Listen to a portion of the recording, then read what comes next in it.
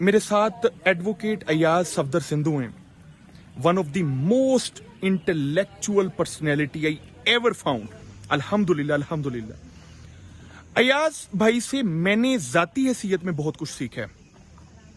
एक चीज जिस पर मेरा भी फंडामेंटल राइट भी है मेरा, और वो मेरा बिलीव भी है, वो ये है कि कभी भी इन्वेस्टिगेशन के जो मराहल हैं वो वकील की अदम मौजूदगी में नहीं होने चाहिए। एक्यूज को मारा पीटा जाता है, एक्यूज को तंग किया जाता है, टॉर्चर किया जाता है, सेल्फ इंक्रिमिनेशन की जाती है, जो कि हमारे फंडामेंटल राइट के खिलाफ है।